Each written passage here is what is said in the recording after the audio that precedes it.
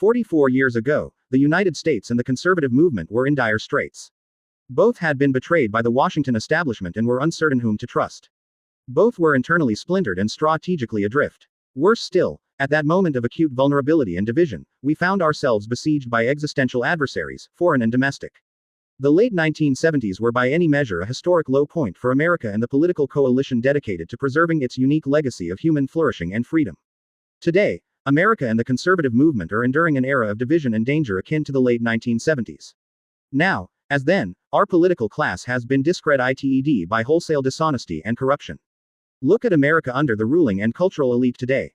Inflation is ravaging family budgets, drug overdose deaths continue to escalate, and children suffer the toxic normalization of transgenderism with drag queens and pornography invading their school libraries. Overseas, a totalitarian communist dictatorship in Beijing is engaged in a strategic, cultural, and economic Cold War against America's interests, values, and people, all while globalist elites in Washington awaken only slowly to that growing threat. Moreover, low-income communities are drowning in addiction and government dependence. Contemporary elites have even repurposed the worst ingredients of 1970s, radical chic, to build the totalitarian cult known today as the Great Awakening. And now, as then, the Republican Party seems to have little understanding about what to do. Most alarming of all, the very moral foundations of our society are in peril. Yet students of history will note that, notwithstanding all those challenges, the late 1970s proved to be the moment when the political right unified itself and led the United States to historic political, economic, and global victories. The Heritage Foundation is proud to have played a small but pivotal role in that story. It was in early 1979, amid stagflation, gas lines, and the Red Army's invasion of Afghanistan, the nadir of Jimmy Carter's days of malaise, that Heritage launched the Mandate for Leadership project. We brought together hundreds of conservative scholars and academics across the conservative movement. Together, this team created a 20-volume, 3,000-page governing handbook containing more than 2,000 conservative policies to reform the federal government and rescue the American people from Washington dysfunction. It was a promise from the conservative movement to the country, confident, specific, and clear. Mandate for Leadership was published in January 1981, the same month Ronald Reagan was sworn into his presidency.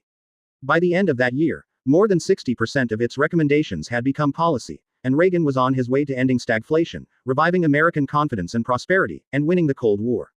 The bad news today is that our political establishment and cultural elite have once again driven America toward decline. The good news is that we know the way out even though the challenges today are not what they were in the 1970s. Conservatives should be confident that we can rescue our kids, reclaim our culture, revive our economy, and defeat the anti-American left, at home and abroad. We did it before and will do it again. As Ronald Reagan put it, freedom is a fragile thing and it's never more than one generation away from extinction. It is not ours by way of inheritance, it must be fought for and defended constantly by each generation.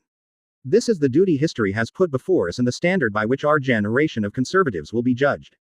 And we should not want it any other way. The legacy of Mandate for Leadership, and indeed of the entire Reagan Revolution, is that if conservatives want to save the country, we need a bold and courageous plan. This book is the first step in that plan. The Conservative Promise. This volume, The Conservative Promise, is the opening salvo of the 2025 Presidential Transition Project, launched by the Heritage Foundation and our many partners in April 2022. Its 30 chapters lay out hundreds of clear and concrete policy recommendations for White House offices, cabinet departments, Congress, and agencies, commissions, and boards. Just as important as the scope of the Conservative Promise's recommendations is the breadth of its authorship. This book is the product of more than 400 scholars and policy experts from across the conservative movement and around the country. Contributors include former elected officials, world-renowned economists, and veterans from 4 presidential administrations. This is an agenda prepared by and for conservatives who will be ready on day one of the next administration to save our country from the brink of disaster. The Heritage Foundation is once again facilitating this work. But as our dozens of partners and hundreds of authors will attest, this book is the work of the entire conservative movement. As such, the authors express consensus recommendations already forged, especially along 4 broad fronts that will decide America's future. 1. Restore the family as the centerpiece of American life and protect our children. 2. Dismantle the administrative state and return self-governance to the American people. 3. Defend our nation's sovereignty, borders, and bounty against global threats. 4. Secure our God-given individual rights to live freely, what our Constitution calls the blessings of liberty. What makes these 4 pieces of the Conservative Promise so valuable to the next president is that they cut through superficial distractions and focus on the moral and foundational challenges America faces in this moment of history. This was one of the secrets of conservative success in the Reagan era, one our generation should emulate. As in the late 1970s, Americans today experience the failures of political and cultural elites in countless ways. In the job market and in the grocery store checkout lines, on the streets and in our schools, in the media and within our institutions.